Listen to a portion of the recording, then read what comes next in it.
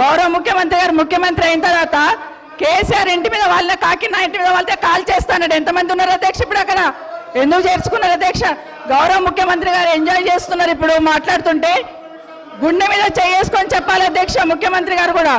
ఆ రోజు నేను అక్కగానే ఆశీర్వదించిన, ఆ రోజు పార్టీలోకి వస్తున్నప్పుడు ఒక అక్కగా ఆశీర్వదించిన, బాబు నువ్వు చాలా పెద్దగా ఎదుగుతావు, ఈ రాష్ట్రానికి ముఖ్యమంత్రి అవుతావు, రాయి పార్టీలకని ఆహ్వానించిన నేను. ఈరోజు మరి నన్నెందుకు కక్ష తీర్చుకుంటున్నాడు నాకు అర్థమైతలేదు. ప్రతిసారి ప్రతి అసెంబ్లీలో ఒక్క నిమిషం ఆగండి చెప్పనియండి. ఒక ఆడబిడ్డకు బాధ అవుతుంటే వినే స్థితిలో లేరా? మీరు ఎందుకు నన్ను టార్గెట్ చేసిండు? మాట్లాడి చెప్పండి అధ్యక్ష, ముందు కంట్రోల్లో పెట్టండి అధ్యక్ష. ముఖ్యమంత్రి గారు ఒక మాట అన్నారు కేటీఆర్ గారిని, నీ వెనక కూర్చున్న అక్కలను నమ్ముకోవద్దు, మోసం చేస్తున్నాను. ఏం మోసం చేసినాం అధ్యక్ష? ఏం ముంచినాం అధ్యక్ష? ఈయనను ముంచినాం అధ్యక్ష.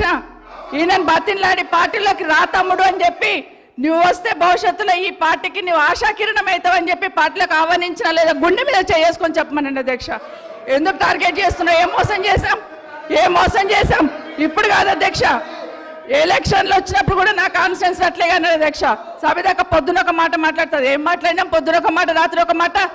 ఎవరిని అవమానిస్తున్నా ఒక్కసారి ఆలోచించండి ముఖ్యమంత్రి గారు. కాంగ్రెస్ పార్టీలో 2004 కంటే ముందు వేరే పార్టీలో ఉన్నటువంటి సబితా ఇంద్రారెడ్డి గారిని కాంగ్రెస్ పార్టీలో చేర్చుకొని టికెట్ ఇచ్చి వారిని 5 సంవత్సరాలు ఫుల్ ఫ్లెడ్జ్డ్గా మంత్రి చేసి 2009లో మళ్ళీ టికెట్ ఇచ్చి మళ్ళీ మంత్రి చేసి ఒక దశాబ్ద కాలం అధ్యక్ష అత్యంత ముఖ్యమైనటువంటి పోర్ట్ఫోలియోలు వారికి ఇచ్చి ఒక దశాబ్ద కాలం వారు మంత్రిగా కాంగ్రెస్ పార్టీ చేసింది అధ్యక్ష.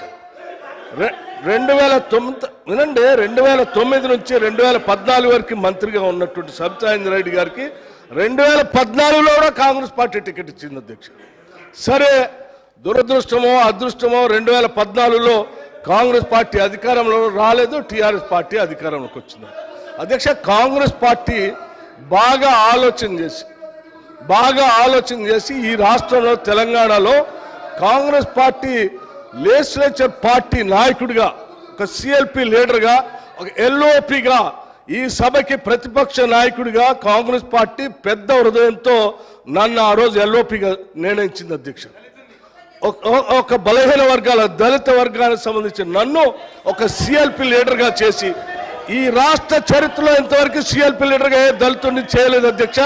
మొట్టమొదటిసారి నన్ను చేసి అక్కడ కూర్చోబెడితే ఒక దశాబ్ద కాలం మంత్రిగా పనిచేసి కాంగ్రెస్ పార్టీలో అన్ని పదవులు అనుభవించినటువంటి సబితా ఇంద్రారెడ్డి గారు నా వెనకుండి నన్ను ఎల్ఓపిగా నిలబెట్టాల్సింది పోయి కేవలం అధికారం కోసం నేను వారి ఇంటికి వెళ్ళి కూడా అడిగాను అధ్యక్ష.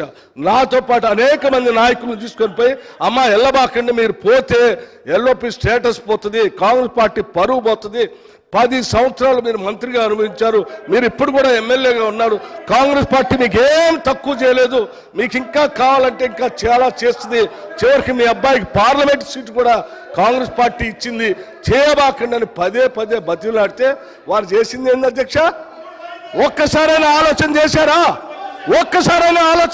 మీరు ఏం ఆలోచన చేశారు అధ్యక్ష? నీ అధికారం కోసం, మీ స్వార్థం కోసం కాంగ్రెస్ పార్టీ నిర్ణయం కాదని ఈ రాష్ట్ర చరిత్రలో ఎవరిని చేయలేకుండా నన్ను సిఎల్పి లీడర్గా చేస్తే అది లేకుండా చేయటం కోసం వదిలిపెట్టి టీఆర్ఎస్ పార్టీలో చేరినటువంటి వారు ఇవాళ బాధపడుతూ మాట్లాడుతున్న ఆవేదన చెందుతున్నా అంటే ఆవేదన చెందాల్సింది ఎవరు అధ్యక్ష? నేనా, కాంగ్రెస్ పార్టీయా, లేకపోతే ఈ రాష్ట్రంలో ఉన్నటువంటి ప్రజాస్వామ్యవాదుల ఎవరు అధ్యక్ష బాధపడాల్సింది? వారా?